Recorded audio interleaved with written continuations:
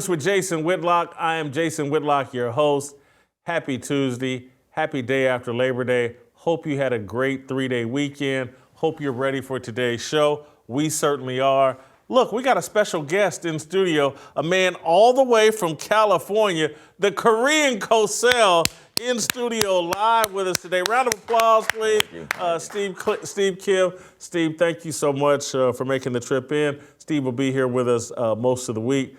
Steve, kick back. I've got a fire starter I want to get into. May take me a minute. I've got a lot to unpack here on Deion Sanders. And then Steve and I will get into the discussion even at a deeper level. But first, let me unpack this fire starter in mono. Does Deion Sanders believe in Deion Sanders? He's certainly not acting like a believer in himself, the Colorado Buffaloes, or the God he proclaims when he occasionally takes a break from self-promotion. Following Colorado's upset of 17th-ranked Texas Christian, Primetime behaved like an insecure 29-year-old woman trying to convince herself that streaming reality TV shows, cooking shashuka, and getting drunk at a Beyonce concert beats marriage and kids. Yeah, I went there. Remember the woman? Let's play the clip. It's 10:45 a.m. on a Saturday. I am 29 and single, and I don't have kids yet. Here's what your Saturday morning looks like when you're single at 29 and you don't have a kid running around the house. I didn't rise from my bed until 10:15. Every time I thought, I should probably get up and do something. I thought, why? Nobody's making me. I'm not missing out on anything. I went to Beyonce last night, and I didn't get home until 1 a.m. And I danced and drank my little heart out, and I didn't pay a babysitter to watch my kids as I did that. And I woke up a tad hungover this morning, which is probably why I was in bed for so long. And I was just scrolling on my phone and I saw a picture of shakshuka and I thought, you know what sounds really good? Maybe I'm gonna learn how to make shakshuka today. Because I have no plans and I don't have kids and I don't have a husband and I don't have errands to run. I know that you can do all these things when you have kids and you're married, and I understand, but the effortlessness and ease of my life, just kind of focusing on myself and the shakshuka I want to make or the Beyonce concert I want to go to really pays off when I'm hard on myself for not being where society tells me I should be in life. Yeah, Deion, that's who you sounded like. The woman that's been beefing with Matt Walsh all weekend, that TikToker lying to herself, that's how Deion sounded.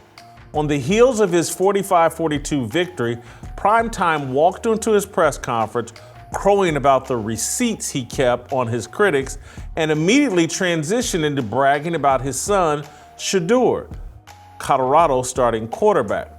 The self-idolatry, hubris, and LeVar Ball impersonation were just the warm-up. It didn't take long for the first-year Colorado head coach to channel his inner Al Sharpton. Take a listen. We're gonna continuously be questioned because we do things that have never been done. That's the way our life has presented themselves. We do things that have never been done, and that makes people uncomfortable. When you see a confident black man sitting up here talking his talk, walking his walk, coaching 75% African Americans in the locker room, that's kind of threatening. Oh, they don't like that. But guess what? We're going to consistently do what we do because I'm here and ain't going nowhere. And I'm about to get comfortable in a minute.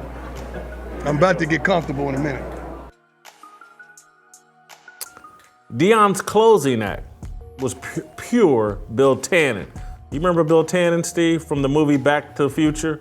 Primetime told Ed Werder to make like a tree and get out of here. That's from Back to the Future. Dismissing the veteran ESPN reporter's question. Take a listen. What's up, boss? You believe that? Of all the hold on. Oh, no. Do you believe that?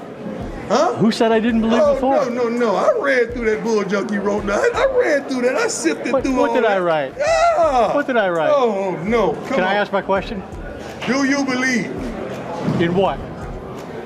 You don't believe. I believe. You just answered it. You don't believe. Next question.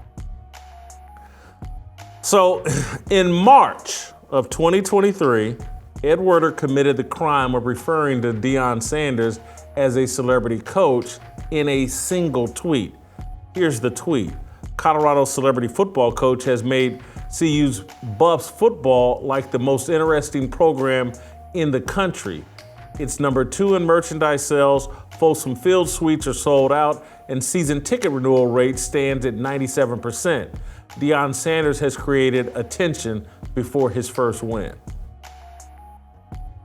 That's all. That's all Ed Werder had tweeted, and Deion calls him out in the post-game press conference. Are you kidding me? Ed Werder is a very respected journalist. He's not even an opinion guy. He's a reporter. He's not like me or Stephen A. Smith or Shannon Sharp or any of these talking heads that spout opinions, controversial opinions all the time. Ed Werder sticks to the facts. No one has beef with Ed Werder. But here's the thing that Deion and his supporters don't understand. Believers don't take victory laps after one win. Believers know they're on a never-ending journey. Believers demonstrate their faith by giving the glory to God and smothering themselves in humility. This is my problem with Deion Sanders. He professes faith in Jesus Christ and himself that he contradicts at every turn. Despite his athletic success, wealth, natural charm, and good looks, Deion Sanders is actually insanely insecure. He camouflages his self-doubt with gold chains, bluster, and bullying. He's 56 and insists that people refer to him as Prime, a secular materialistic character he created as a child at Florida State. The lack of evolution and maturity are stunning. What's equally shocking is how many people play along with his cosplay. Most of the media celebrated Sanders' post-game antics. White reporters fear being labeled racist. Black reporters fear being labeled sellouts. The ex-jocks with a platform all want to be Deion and fear jeopardizing their invitation to speak to the Colorado football team. Deion ruined a fun, feel-good sports story. He needlessly racialized a game and demonized individuals who meant him no harm. I've tried my best to support Deion Sanders. I can't do it anymore. I spent the last 6 or 7 years hoping Deion's proclaimed Christian faith would begin manifesting itself in his public behavior. I'm the same age as Deion. I've been every bit as worldly, insecure, and foolish as Sanders. But you live long enough and you begin to figure out that God's ways are superior to man's. Deion hasn't surrendered to that fact yet. It's disappointing. But he's rarely confronted with any hard truth. He loves the lies and dopamine of social media. It's where he hunts for recruits and develops his worldview. Twitter has convinced Sanders that white football fans and coaches feel threatened by his skin color and ascension to head coach at a Power 5 school. It's as if he's unaware that he replaced a black head coach at Colorado and that black players dominate most locker rooms. No one's threatened Deion. They're annoyed. They're the same kind of annoyed as Eddie Robinson Jr., the head coach at Alabama State and HBCU. Last year, when Deion led Jackson State, Robinson beefed with Deion. Robinson infamously claimed that Deion wasn't swag. This is their little post-game handshake where he and Deion nearly pushed and shoved with each other. Deion's lack of humility and loyalty and out-of-control hypocrisy are annoying. Deion says he's coaching for kids, but mostly talks about himself. Deion says he's coaching to uplift black coaches, but he hired white coordinators at Colorado. Deion says he's a follower of Jesus Christ, but he completely ignores every scripture related to humility. Deion, let me quote you a couple of scriptures here. You're a Christian. Let's go to Luke 14:11. For all those who exalt themselves will be humbled, and those who humble themselves will be exalted. Let's go to Romans. For by the grace given me, I say to every one of you, do not think of yourself more highly than you ought, but rather think of yourself with sober judgment, in accordance with the faith God has distributed to each of us. That's Romans 12:3. On Monday, during an interview with Pat McAfee, Deion insinuated that TCU offensive coordinator Kendall Browse mistreated and or ignored Shedeur Sanders when he was a high school recruit. Is Deion aware that the players he ran out of the Colorado program felt mistreated by him? But let's listen to Deion throw Kendall Browse under the bus.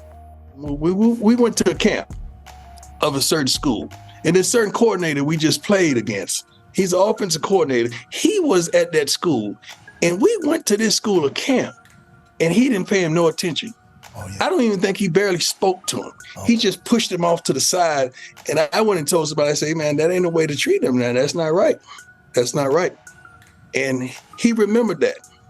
And he told me probably 20 minutes after the little situation happened, he said, Dad, we'll never come back here again. Okay, all right, good. And we'll never come back here again. And we remember this. Mm-hmm. And we go 5-10 or something. Damn. Yeah, he said we will never come back here again. And because of the way that coach treated him. That's why I tell my guys, you be careful on these visits because these kids watch everything, and be careful how you treat them because you never know what they're going to come up to be.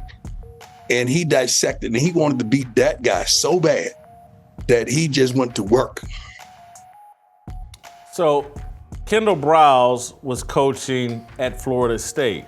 This is what Deion's talking about. Deion's alma mater, or the school he played football at. It's not Deion's alma mater. Deion now hates Florida State or disavows Florida State.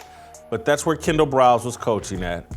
And they offered Shedeur a scholarship. But Deion is now trying to rub it in Florida State's face, trying to rub it in everybody.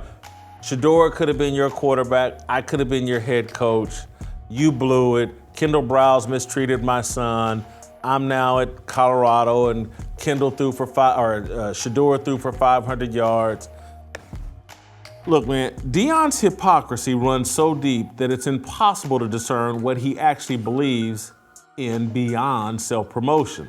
His stated views and philosophy reflect the tenets of a Satanist, Aleister Crowley's true will. Each man is his own God. We should be obedient to our own understanding of ourselves and the world. It's the thinking that undergirds the transgender movement. It's the attitude that prioritizes feelings over fact. Deion Sanders does so little self-reflection that he's likely unaware that his ideology aligns with Aleister Crowley's. But here's Sanders, a month ago, launching into a speech about his approach to critics and offering advice to young people. The rant is typical Deion Sanders, half rapper, half philosopher, dressed up with a reference to God. Take a look. Look at me. What about me would make you think that I care about your opinion of me? Your opinion of me is not the opinion that I have of myself. You ain't make me, so you can't break me. You didn't build me, so you can't kill me. You know what? God established me, so you ain't nothing you can do to me. I've been dealing with this foolishness since Pee Wee football, man. I've been him. I've been a difference maker, a game changer. I've been that guy. So what will change now that I'm coaching? Not a darn thing. I'm not even playing the game, and you got an opinion of me. I'm not even on the field. But I'm pretty sure I get every darn coach I'm playing against, head coaches, and anything you want to do. But I love it, but I don't care. And I wish the world thought like that. Youngsters, if you're out there right now, do not give a darn what opinions people have of you, long as that opinion is not consistent of that of yourself. You be you. I'm not planning to make you feel good about me. I already feel good about me. I'm good. It's a message for the youngsters out there and the old school, not old fools. So Deion Sanders clearly cares what people think. Why else would he keep receipts on what people think? His Colorado players will mirror his obsession with the thoughts of outsiders. Coaches beg their players to eliminate outside noise. Deion is elevating the importance of his critics, the people bothered by his hypocrisy and concerned that his "hey, look at me" coaching style will become the norm. That's my fire starter. I just want to add one little bit here before I bring Steve in, because I won't talk with Steve much about the spiritual aspects of this, but it really does come down for me as a believer that Deion, if he left God out of it, if he didn't talk about his religious faith and quit occasionally when he's not promoting himself, try to promote the fact that he's some sort of Christian, I would have less of a problem with Deion Sanders. Deion and I, handful of years ago, maybe 5-6 years ago, we came to an uncomfortable peace when I was at Fox Sports, because we've had some friction from time to time. We came to an uncomfortable peace in my dressing room 5-6 years ago when I was at Fox Sports. And I've really, at that time, believed that, hey, Deion is flawed, but his intentions are good. And I just thought maturity, evolution, life would eventually push Deion along to a better path and a better worldview. It has not happened. I don't have some standard where, because again, I'm so flawed and thought so many different foolish things. I don't expect perfection from anybody. And if you look at any of the comments I've ever made about Michael Irvin over the last 10 to 15 years, because I had a very negative opinion of Michael Irvin for a long time. And then I met him. And then I was exposed to like, holy cow, Michael Irvin's a really good person. He's got some demons, but he's actually authentic in his efforts to try to course correct and make a positive impact in the world. I don't know if I believe that about Deion. Everything with Deion is always about Deion. And to call yourself a Christian and to sit there and give kids the advice of, hey, you only answer to yourself. If you're pleased with yourself, you be you and screw what everybody else says. That's not a Christian worldview. Christians believe we are flawed and messed up and must turn to God and the Bible to course correct, to clean up our demons. We all know that none of us are worthy. And so this whole mentality of be happy with yourself, you do you, that's what has convinced 15-year-olds, 30-year-olds, you know what? Yeah, I got a sack and balls, but I'm really a girl. I'm going to get surgery and cut my sack and balls off, and I'm going to do this whole transgender thing. I'm going to just be my true self. I'm going to be the true version of me, who I believe I am.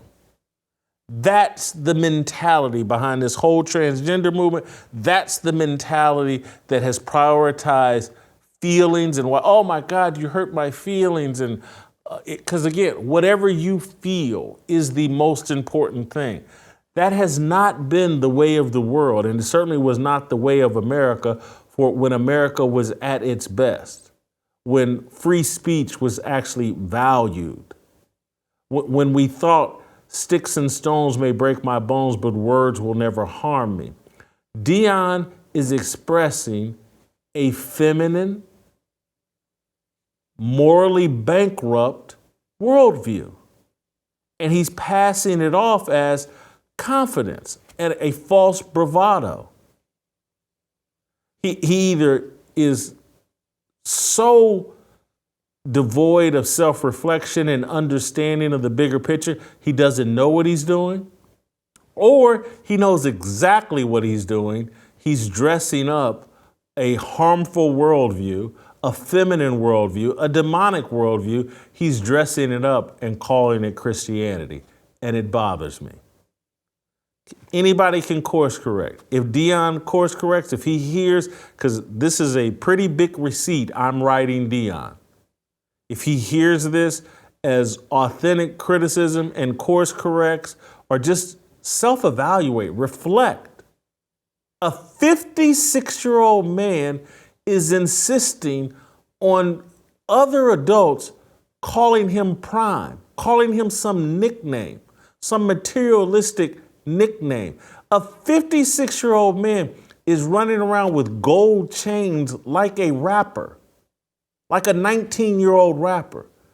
This is a level of insecurity and false bravado that's frightening. And Deion, I think, wrote a book, a biography or autobiography or what, memoir, and confessed in there that he contemplated suicide. And I watch his behavior and I go, yeah, I can see that. This man is incredibly insecure. Nobody with his level of accomplishments, his good looks, his charm should be beating their chest constantly. Look how great I am. And so some of you will misinterpret some of the things I do on this show. And so, I come on this show and I crack jokes about how good I look. That's self-deprecation. I'm overweight. I'm in my 50s. I'm not like a Deion Sanders. These guys. This is just me cracking a joke, blah, blah, blah. Deion has no humility. None. And it's frightening. And at 56, it's beneath the character of a 56-year-old. You've lived long enough that you should, if you're watching the signs of what's going on with you and the world, you should have been humbled by now. And Deion's not humble, and it's dressed up as Christianity. It's offensive to me. That's the rest of my fire starter. Steve, before I bring you into the conversation, I want to take care of some people that take care of us. Nugenics. Guys, are you ready to boost your testosterone and get your old self back? Our sponsor, Nugenics Total T, is offering a complimentary bottle when you text 231-231 and enter the keyword fearless. Are you really ready to lose your shape, your muscle, your energy? As men age, we lose free testosterone, the man hormone.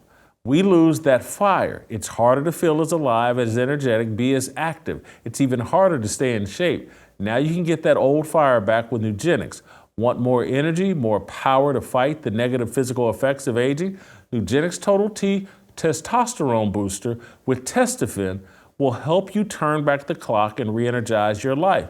It'll help you look and feel like the man you want to be. And now get a complimentary bottle when you text 231-231 and enter the keyword fearless.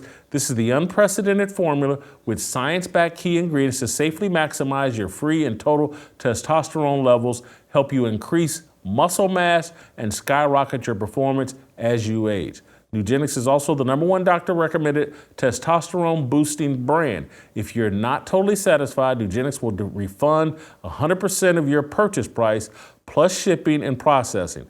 Now get a complimentary bottle of Nugenics Total T when you text 231-231 and enter the keyword fearless. Text now and get a bottle of Nugenics Thermo X, the newest and most powerful fat incinerator ever, with key ingredients to help you lose fat and get lean fast. Absolutely free. Text 231-231, enter the keyword fearless. That's 231-231, keyword fearless. Texting enrolls you in recurring automated text messages. Consent not required to purchase. Message and data rates may apply. The #1 doctor recommended brand, primary care physicians, based on an independent survey conducted by IQVIA 2022. Steve, after all that, I want to welcome you into the conversation. I'm going to start with just a general one. Is this Deion experiment, in your view, is it going to work? In the long term, it might. In the age of the transfer portal and NIL, yes. Give me a percentage of might. 55% you think it's going to work? 60%? I'll say 2/3. I actually think, it's funny that Deion racialized it. I'm not surprised by it. I'm disappointed. I thought it was a great game. I actually tweeted with about 5 minutes to go. I was at Coach JB's house for Football Palooza 2023. And I said, win or lose, I want to give Deion credit. He had his team prepared to play. I mean, because think about play here or play there, they lose the game. Chandler Morris actually missed some throws. But I thought that did not take away from the fact the team was sharp, it was prepared, it played hard, it was an exciting game. I said, you know what, you could build off this. But because of the result, now he has room to gloat. And when I heard some of those things, and here's the other thing. As a media member, we have our favorites. Let's be honest, we're all human, we have our biases. But I am not obligated to believe in anything. When it comes to sports and athletes, I'm an atheist. Be Missouri. Show me. If you hit like Tony Gwynn, I'm going to say you're great. You hit like Mario Mendoza, you're a 200 hitter. There's really nothing personal about it, to be honest with you. So I thought that was not a great look. At least he's matured. At least he didn't throw a bottle of ice-cold buckets like he did to Tim McCarver. So there is some maturity. There is some evolution of old prime time. The thing that's interesting, forget the racial aspect. That we could talk about that later, because there is something about it since Deion and Jamel Hill and Clarence Hill put up a tweet saying you would never see black players or coaches treated like this. He tweeted that. And people gave like 100 examples of Nick Saban just getting cussed out, like just dog cussed by everybody. And he ended up, I think, deleting the tweet because he ended up, I think even Clarence, who runs this race card, I think he realized, I just got stuffed in a locker. This happens. I've been at college games. The stuff that you hear, I actually think it's a compliment when you get cussed out by a student section. It means that you're good. Okay, they don't boo 3 and 8 teams. In fact, they didn't boo 1 and 11 teams. So the interesting thing is I think there's a philosophical battle going on in college football. And namely, the old guard of college football does not hate that Deion is black.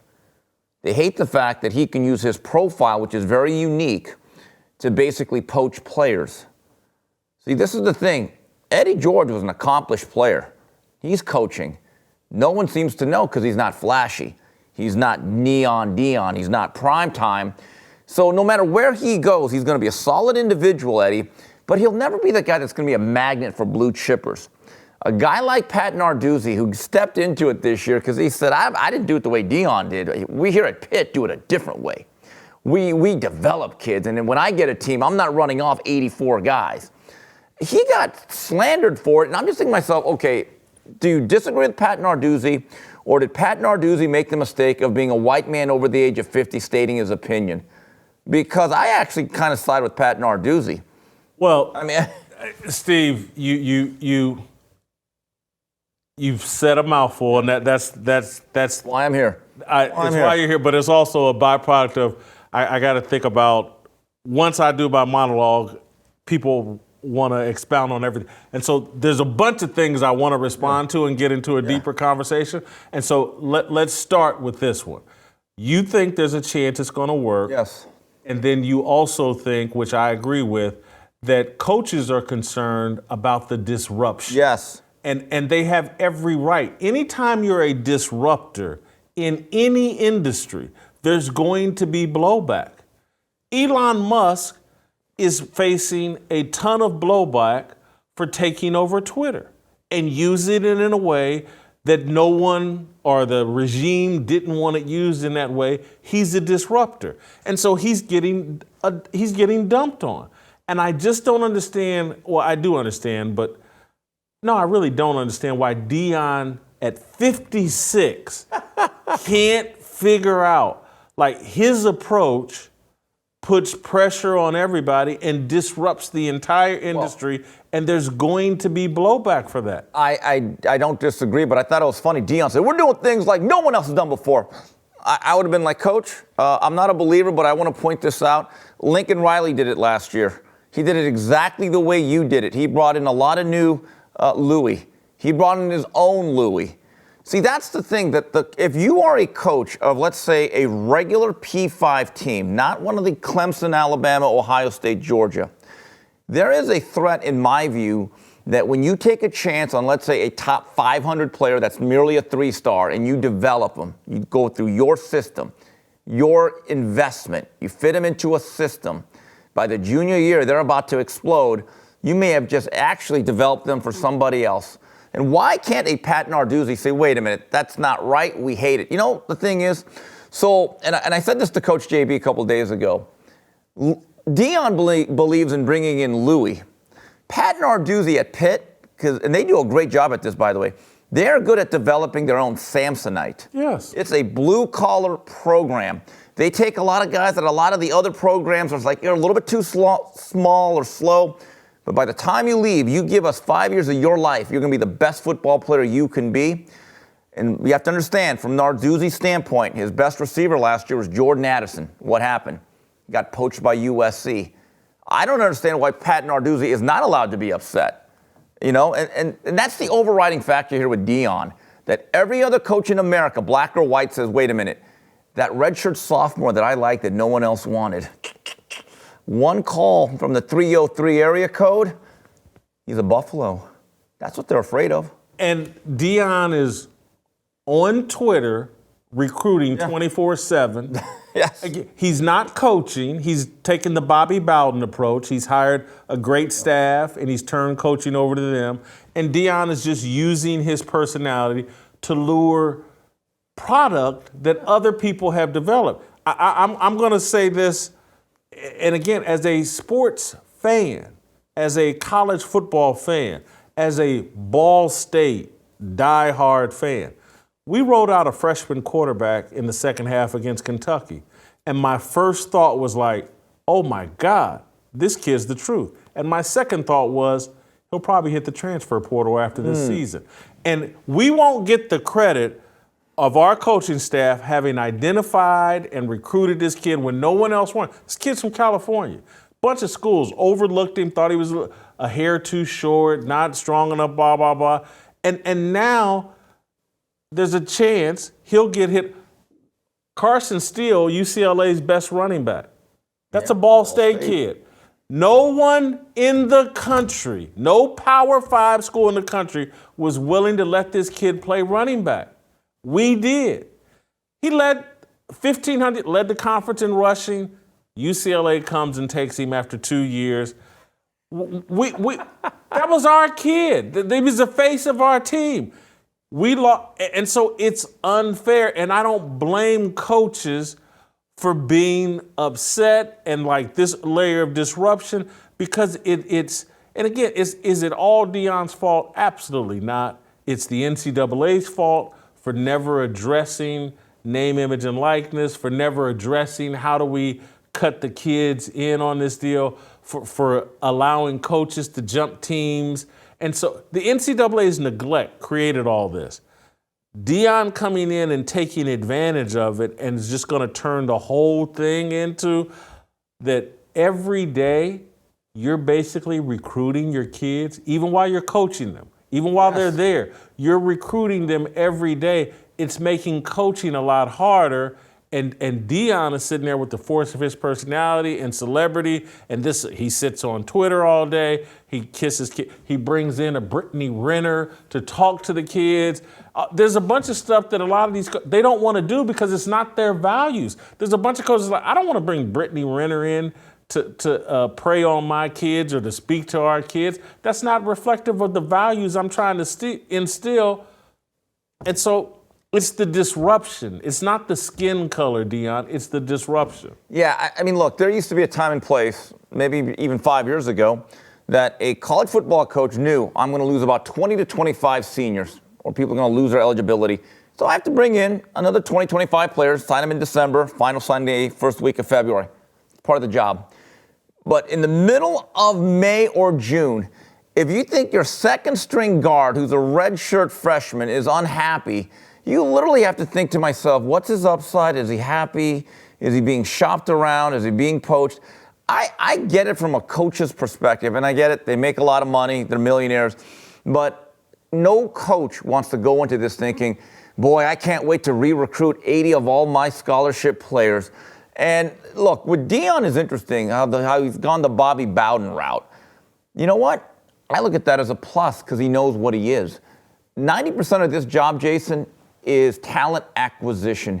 You show me a good base of talent, I'll show you a good football coach. It's like in boxing. You show me a good boxer, I'll show you a good trainer. And as long as he hires guys like Sean Lewis, he has a shot. That right there shows me he knows how to run a program.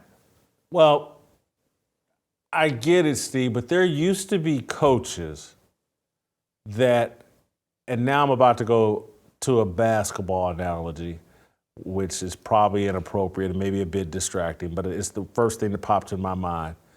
Bobby Knight and Indiana University did not rely on the most talented players. And they got to be a national powerhouse. And as good as anybody in the Big Ten, as good as anybody nationally. Not relying on the best player. They're a football. George Perlis, when he was the head coach at Michigan State, and he didn't get as good a players as Michigan, but he figured out a way to develop and mold his players. There was a path for coaches that wanted to go a different approach, didn't have access to the 5 stars, and maybe didn't want to deal with all the headaches. But now every kid gets to basically act like a 5-star kid, and a coach can't discipline them and mold them because of the fear they'll just jump into the transfer portal. No, there's no doubt about that. But with Bobby Knight, he would basically say, you have to be my type of guy and you have to fit my motion offense. But also, guys stood 4 and 5 years at Indiana. Right. That was not UNLV. They weren't doing one and done there. Right. Outside of Isaiah Thomas, I don't recall that many of his great teams being led by underclassmen. And Isaiah was truly special. Football, to me, is a game of development. I still believe the best programs will think of the transfer portal as a protein bar, okay? Because I've had a lot. A protein bar is a supplement. It cannot be every meal that you have throughout the day. Now, Deion this year, it's the meal. okay, you're right. So we're going to see how that goes. But I think even he would say, once I have all my Louis in place, even with his salesmanship, he would much rather have young kids like Cormani McClain, a 5-star cornerback, that he can have for 4 years in his system. Because look at Alabama. Alabama's a pretty good program. But they had some misses in recruiting. They have. So the last 2 seasons, their best offensive skill players have come from Ohio State, Jamison Williams, and then Jahmyr Gibbs out of Georgia Tech. So again, you look at certain programs, they will pick and plug holes, but to do it every year where you're bringing in just like 50, 60 new guys, look, this is a 1-year thing, because a lot of these guys are going to have eligibility left. They are, Jason. The one thing that concerns me about Deion is I wonder how many kids actually want to be taped and filmed every single day, because I see the YouTube videos. There comes a point, these kids just want to be left alone. Are you sure?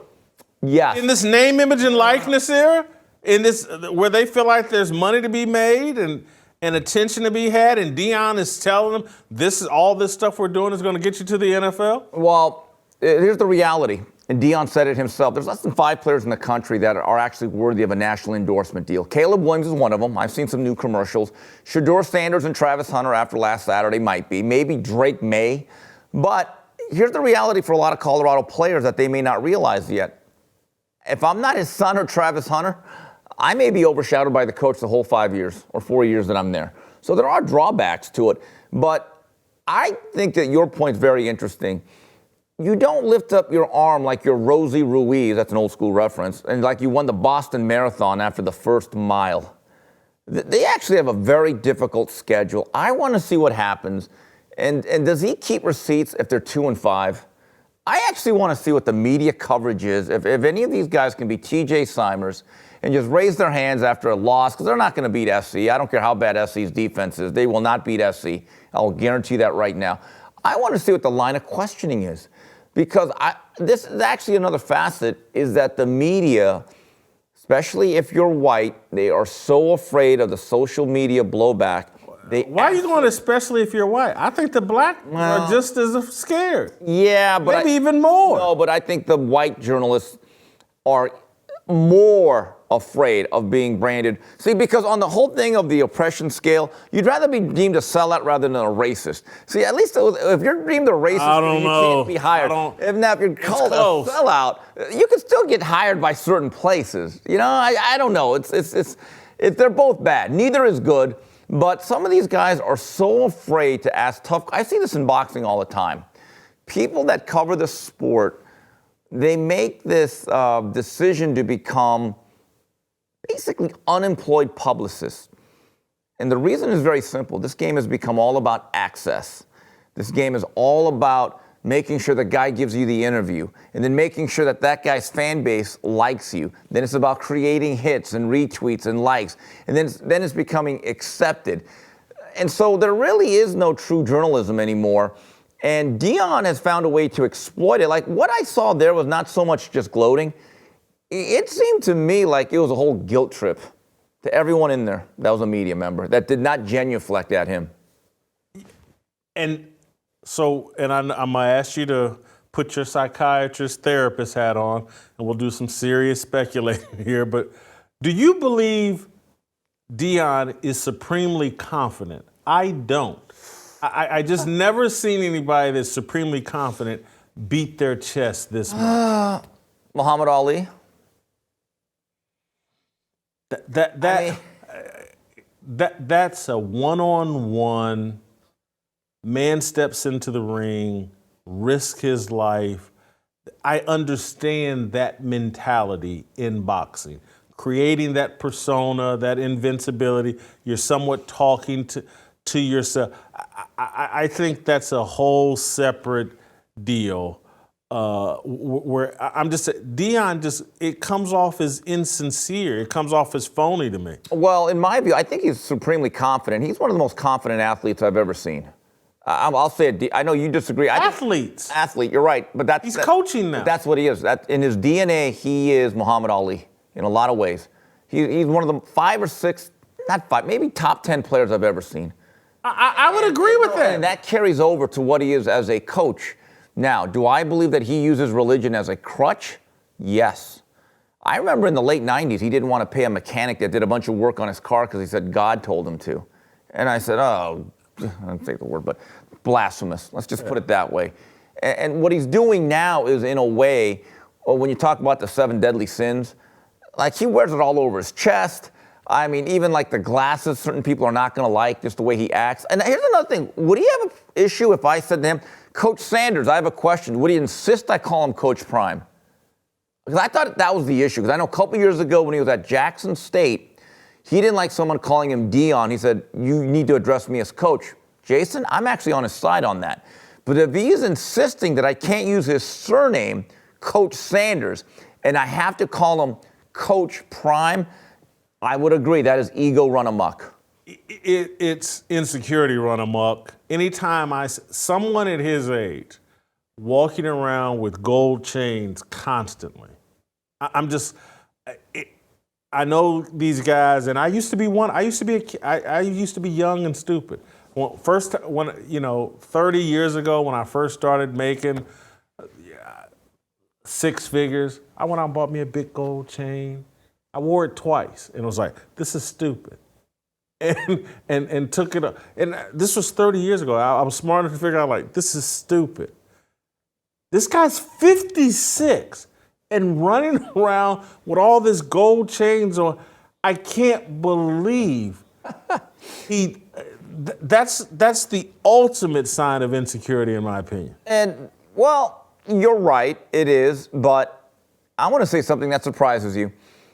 I think Deion's actually good for college football right now. There we go. Wow. Yes. Explain that. Right now, what is going on with college football, we're losing our tradition. We're losing a lot of our identity. The rivalries are going by the wayside. The players are basically all 3 and done, all the transferring. So we're losing. Every great college program that I know of has had a personality. And right now, guys like Jim Harbaugh and Deion Sanders, they give programs a personality. Say what you want about Deion. From here on out, Jay, from the next 11, 12 weeks, you will care about Colorado. You will peek in at that score, right? Yeah, of course. When was the last time you did that with Colorado? When Cordell Stewart was there? No. Eric Bieniemy? I get it. Michael Westbrook? That doesn't...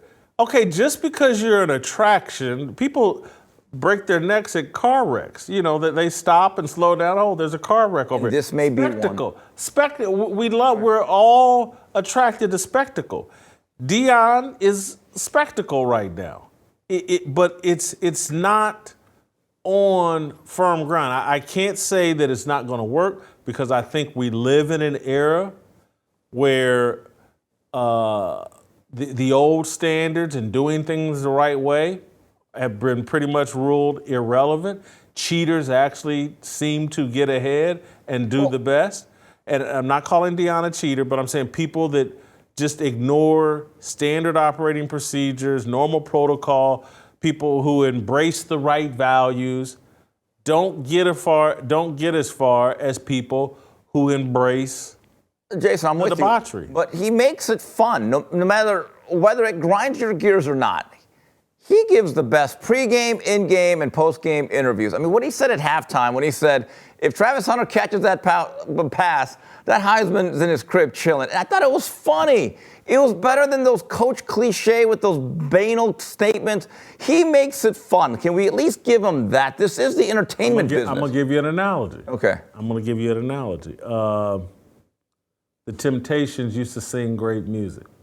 And they'd stand up and they'd do a little dance, blah, blah, blah. Great music. And what we all fell in love with is the spectacle. So now Aretha Franklin gave us great music. Now all the singers go on half naked and they got a bunch of dancers with them that are half naked and shaking their rear end. The music now is very debaucherous. It's all entertaining. It's all funny. Everybody dressed up as a clown and it's a circus. Is it better than what Aretha Franklin and the Temptations were doing? I would say absolutely not. Is it more pleasing to the eye? Is it funnier? Is it, I guess those things are true. Doesn't make it better. Look, I don't disagree with you, but in an era, and let's go back to can you make it work? In my statement that 90% of this is talent acquisition.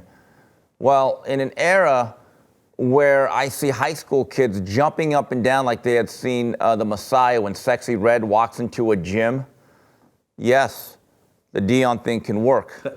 Okay, but now you keep moving the goalpost. You had moved it previously. This is good for football, Jay. No, the personality he brings. But you did. No, well, what you said was Deion Sanders is good for college football. And don't move back to anything else. Good. And I say, yeah, he's Sexy Red. Is she good for music? She get a lot of attention? Yeah. But is she good for music? No. I will grant you that. But Deion, his personality, it's different. If every single coach acted like Nick Saban, how bored would we be? If every single coach with Kirby Smart. Whoa. My God. Whoa. Steve, quit it. Stop it. Quit what? Quit pretending like, hey, man, I got my popcorn, I got my beer, I got my snacks, I got my wings. I can't wait to watch these coaches.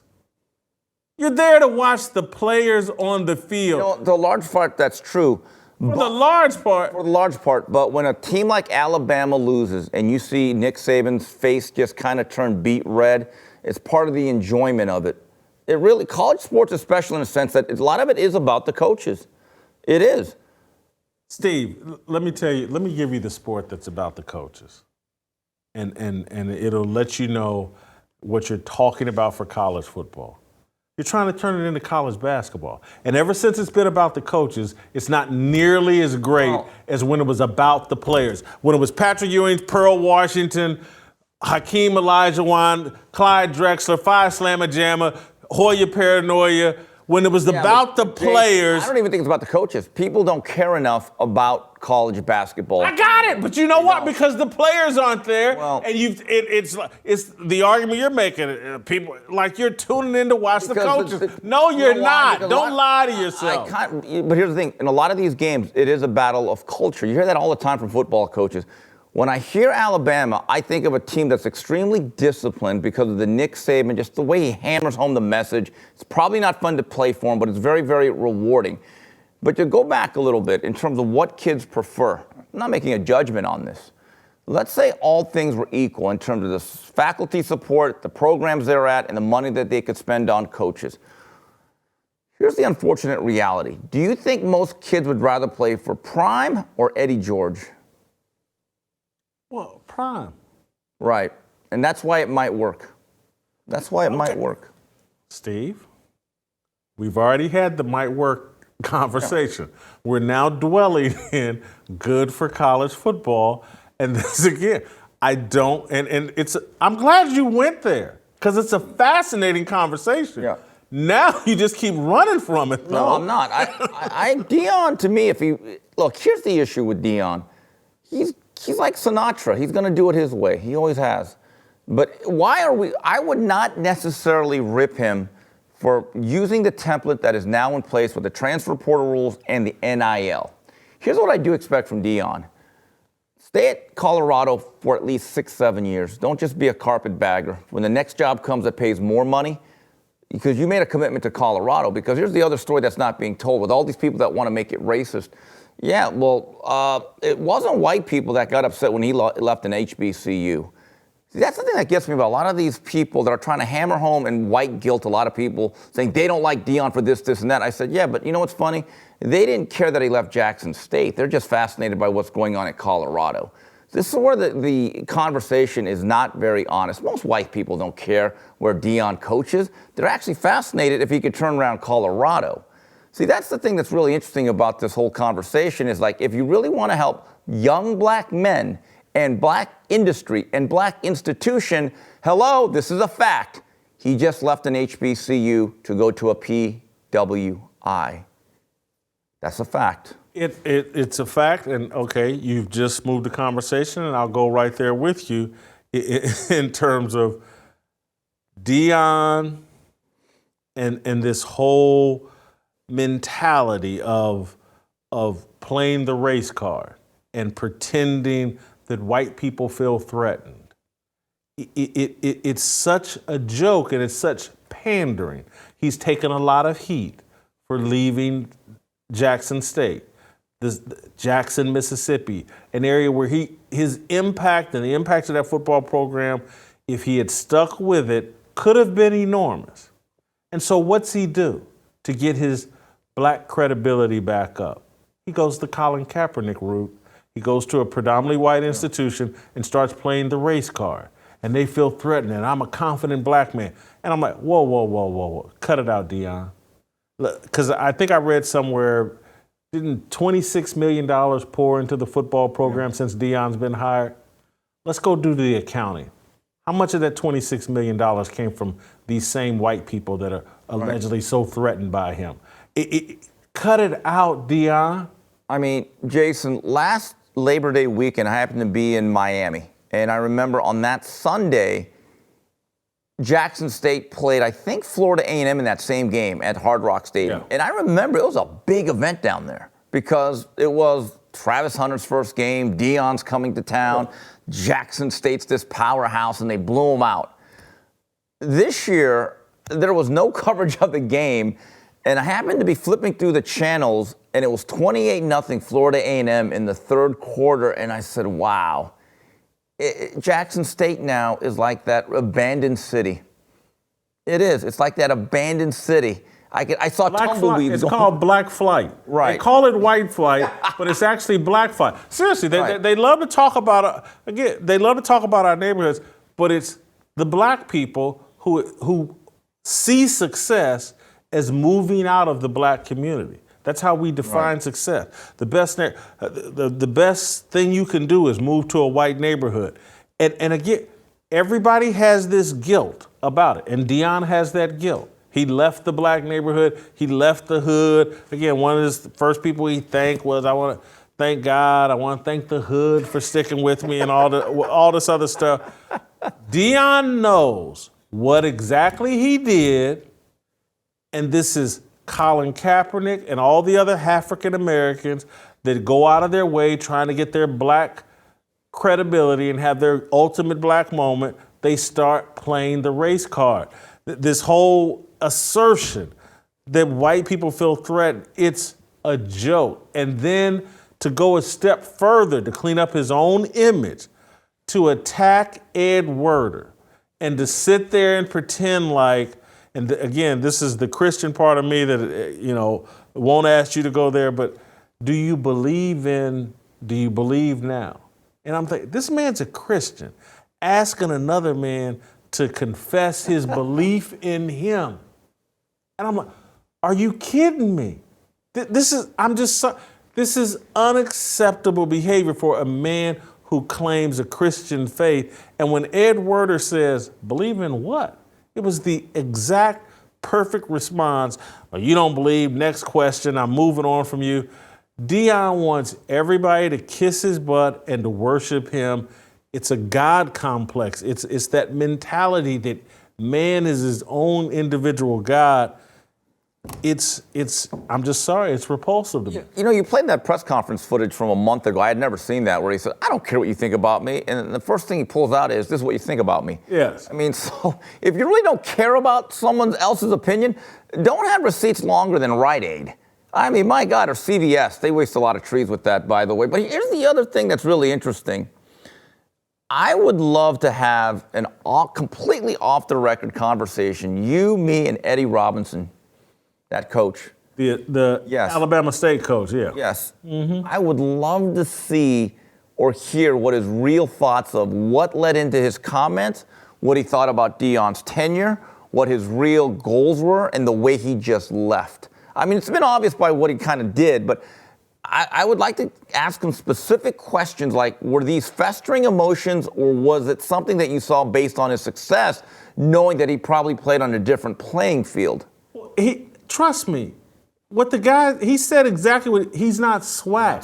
He's a phony is what he was basically saying. He's there to use this situation to better himself. He's not there to help those kids at Jackson State. He's going to take a handful of them that can help him at Colorado, but he doesn't care about Jackson State. He doesn't care about HBCUs. It's all a gimmick to promote Deion. He doesn't care about black coaches. Yeah, well, I don't disagree. You look at his coordinator hires. Yeah. I mean, it's awfully whiter than the snow in Boulder, Colorado. But anyway, another thing I want to talk about was that situation that happened with his son at the camp. I know the way these camps run. I've talked to people. When every coach in America has a camp on the football facilities. Yeah. So there's hundreds of kids. And I've been told they know who the blue chippers are, so they have a list. Those particular 25 kids, the coaches are basically there to do an unofficial combine to look at them, and everyone else just goes through drills. You know what, Deion? When you do the Coach Prime camp, you're going to be doing the exact same thing, and someone else will feel shunned. That's it. They offered the kid a scholarship. So he's not a kid that they weren't interested in. They were interested in it. What Deion doesn't, and it's a tactic by Deion. He is clever with what he's doing. Why can't I think who was the coach? Willie Taggart. Willie Taggart. I think that's who the coach was when Kendall Browse was there. And black coach, by the way. Yeah, Willie Taggart, black coach. Yeah. And so that's who it was when. And so Deion doesn't want to throw Willie under the bus. He found a white coach to throw under the bus, Kendall Browse. And so this is when you're dealing with a kid with Shador's talent and his dad's connection to the university. And you got a LeVar Ball type situation, but instead of LeVar Ball being some guy that played small college basketball and averaged 1 point, you're talking about one of the greatest players in the history of football, played at Florida State, and now here's this kid with some serious talent. There's a likelihood that Willie Taggart said, hey man, we got to be very careful with how we deal with Deion's kid. No one make a mistake. Let me do all the engagement with Deion and his son. Let me keep you out of it. I don't want you to be responsible. I don't want you to say the wrong thing. Deion's temperamental and blah, blah, blah. I can almost guarantee you those were the instructions to the assistant coaches. I got this. This is a volatile situation. It's Deion. Deion wants to be the coach here. He's one of the greatest players to ever play here. He's got a huge platform. I'll handle this. Kendall Browse was probably keeping his distance just to make sure nothing went wrong. But here's Deion needing to throw Ed Werder under the bus, Kendall Browse under the bus, white people in general under the bus, so that black people feel good about him taking his talents to a predominantly white school. And I got 75% black kids in my university. It's all a gimmick. Yeah, first of all, in Florida State, they've never had a problem playing black quarterbacks the last 30 years, starting from Charlie Ward on. They have a pretty good one right now this year, I hate to say it. The other thing when you talk about the 75%, and I'm like, Deion, you just described every good program in America. I didn't get that. The coach he just replaced is black. Right.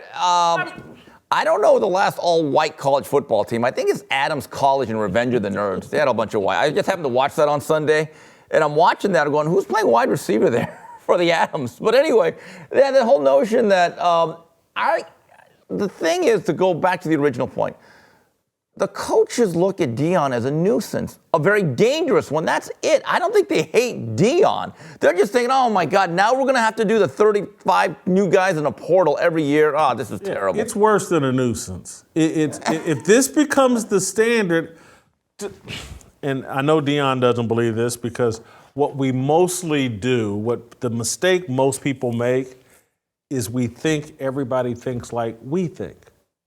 And people don't think the same as us. And so Deion can't see it. Deion thinks everybody's just like him. They just want to win. They just want to build themselves up. They want to make as much money as possible and move on to the next thing. There are actual coaches who, when they got into this 20, 30 years ago, they wanted to get in a situation where they could help mold kids. Yes. This is going to be fun. I'm going to stay involved with football, but I also get to mold kids and build that relationship. And that's part of my enjoyment of the process. Yes, I make a lot of money, but also I make these connections with kids, and I get to implant and help shape and mold these young people. That's part of the motivation, I think, for 75% of coaches. And what Deion is setting up here, and if this becomes the standard, is all that goes away, and all you do is X's and O's with the kid. Well, Jason, that's my next point. So, number one, I hope Deion stays at Colorado for a while. Sits down as Louis and says, this is it. This is my job. I'm not looking for anything else. I want to set some real roots here. So let's say he stays 7 or 8 years. So let's not just take a look at his win-loss. Let's take a look at his graduation percentage. Take a look at the behavior of his players and what type of people he's putting out. Because believe it or not, a lot of programs actually do a better job. I know there's a stereotype of the football factories, but a lot of programs actually do a really vigilant job of making sure their athletes at least have some semblance of an education when they leave. Let me throw a curveball at you, because I literally was just in this conversation last week. Steve, when's the last time you've heard of any athlete, any college athlete, flunking out or suspended over grades? It's gone away. It's very few. And in fact, they make sure you graduate. They do. No. But my point is, they don't make sure you're educated. Right. They make sure you graduate. Eligible. Yeah. You're eligible. When's the last time we heard about anybody being ineligible? Right. Over grades? It doesn't happen anymore. They've put a system into place. This whole thing's a gimmick. No one's getting educated. People are being graduated from college. They're staying there. I can't remember the last time I've heard about someone being academically ineligible. Yeah, it just doesn't happen. Rarely. It does. And you know, there are schools now, I know that Miami does this, that if you are an athlete that left early, let's say your junior year to do whatever, if you are in good academic standing and you have any issues, they'll actually let you finish out your degree. No question. So this whole notion that athletes are just used, I have a theory. If you are complaining about the system, you were not smart enough to exploit the system that was set up for you. That's just sour grapes. I have no sympathy for these players who 10 years down the line realized, my God, I should have been a better student. It's not, you're deaf ears. I'm going to go back 35 years. Me and my head coach at Ball State, we didn't get along. He let me keep my scholarship my 5th year without playing so that I could graduate. This is all, these coaches, and again, me and the head coach didn't get along, but they wanted the kids in their program. I'm sure there were incentives in their contract, but they wanted the kids to get some benefit out of this. And it's all, I'm talking about back when I was playing in the late 80s, it was all laid out for you on a table. It's just whether you wanted to go eat it or not. And it was up to you, but they put everything in front of you. And now they've built a system where, again, it's like the Michael Orr situation, where that Toohey family sent a tutor up there to walk him through 4 years of college. That's the setup now. These guys have tutors and people that basically assist them taking the class. No one flunks out.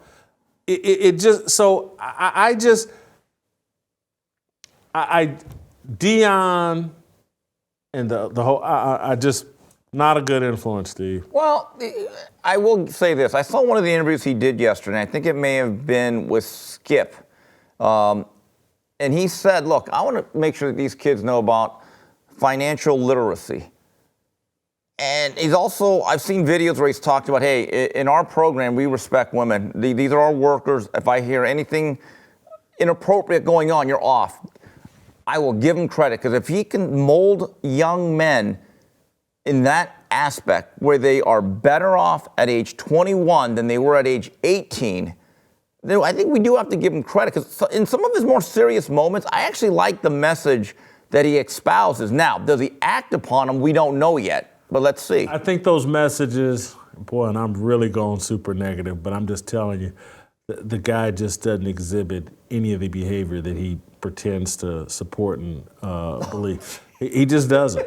And so everything you're hearing is about his own self-preservation in terms of what can take Deion down at Colorado. It won't be kids flunking out. They got a system to keep them all on track to graduate. It won't be wins and losses. He'll win enough games because the bar is so low. He'll win enough games to keep that job. Controversy.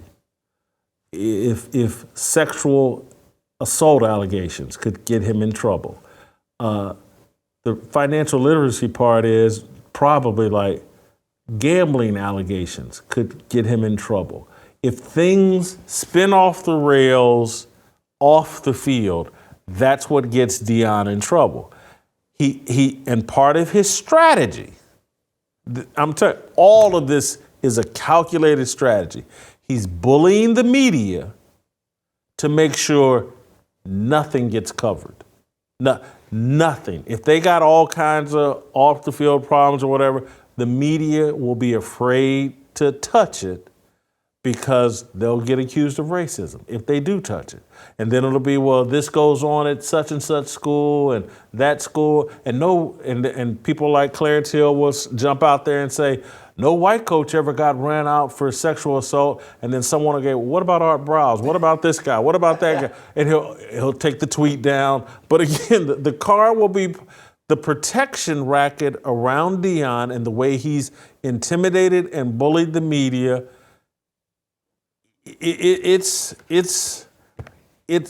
I hear everything he's doing as calculated strategy to keep everybody at bay. That, man, all we really doing here is playing football, and who knows what else is going on, because Deion's not coaching the team. He's out doing interviews. He's obsessed with social media. He's responding to tweets and looking for receipts over Twitter. It's crazy. It is sustainable, I think, to some degree, because the system is so corrupt. There is no system of checks and balances. Everybody's afraid of the race card. Everybody's afraid of being called a sellout. So it might be sustainable, but good for college football? I don't see it. Well, we'll agree to disagree on that, but I don't know if you realize this, and Coach JB reminded me of about 7-8 years ago when Deion was still living in Dallas. I think he tried to start his own high school or his own academy. And there was some BS highness going on. Yes. I'm not saying he was Roy Johnson, but there was some BS high stuff going on. And that ended in scandal. Yeah. And those are like the last vestiges of actual journalism. That was 7-8 years ago, right? That was about the last time the sports media even made attempts at doing actual journalism. There's so much. Look at how much money Fox Sports has tied up in Deion and the Big Noon Kickoff and their investment in college football. He'll be back on with Minnesota. He's the biggest thing going in college football. The whole system is going to wrap its arms around Deion. And again, that's why this whole thing, people are threatening, people don't want to see us have success. Are you kidding me? The entire system is being rigged up right now for Deion in Colorado to have success. They all need it to happen. He's experiencing a level of privilege that's unprecedented, but no one's going to talk about it. Everybody's just going to go on Fox Sports and ESPN and cheerlead Deion and wait for someone to say anything critical to call him a racist or a sellout. Yeah, and that's unfortunate, but I can't lie, Jason. I'm fascinated by Colorado because this is the great experiment. Even more than Lincoln Riley at USC, because what we're going to see now, and I haven't, look, I'm just telling you, the last time I cared about Colorado football, thinking about this, was in 2001. So answer me this, and I'm about to be a smart aleck here. I'm going to warn you for. You must have enjoyed COVID. That was interesting, fun to watch on TV. Oh, get out of here! Would you? It was a big experiment, Steve. It was the whole thing. It was a whole big. That's what this is. COVID. Ladies and gentlemen, this is the very definition of false equivalency. I want to apologize for the fine host of this program. Yeah, okay. One is not like the other. There, Whitlock. Remember they had a countdown clock of deaths on CNN and MSNBC. That was very exciting, Steve. Hey, look. Deion and COVID may have both gone viral. It's a little different, okay? But I got to be honest. Every weekend, I will at least be looking at Colorado scores, if not watching the game.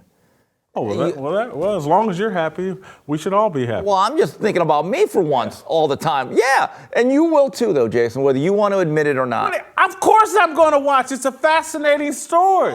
So it is like COVID. It's fascinating. Yeah, that's exactly what I'm saying. Yes. Yeah, but I'm not going to call COVID good. It's fascinating. It's fascinating, but not good. Yeah. So what's good is not fascinating. What's fascinating is not always good. Okay, we've established that. Anything? Did we leave anything out? Was there? Looking forward to the Nebraska game. Yeah. And by the way, old school rivals from the Big Eight. They haven't played in a while. It's a big game. And look, a month ago, I would have said Matt Rule in Nebraska would just run them over after what I saw last week with Jeff Sims, who I like, kept throwing the ball to Minnesota at the worst times. I'm completely honest. That game's at Boulder. I think the Buffaloes are 2-0, Jason. It's your nightmare. 2-0, Colorado. It's not. Look, I'm not rooting for them to lose. Oh, really? I'm not. What? Really? I'm going to tell you why. Really? Because the things I argued today are true whether they go 12-0 or 1-11.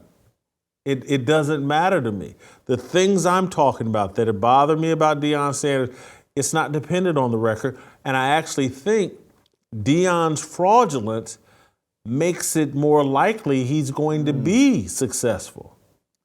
We're living in a different era now where people have to reconfigure their expectations. And dude, it's something I've been just dealing with myself. It's like, the better life, the more righteous life I live, the more problems I seem to experience. And the more I seem to be out of line with the culture.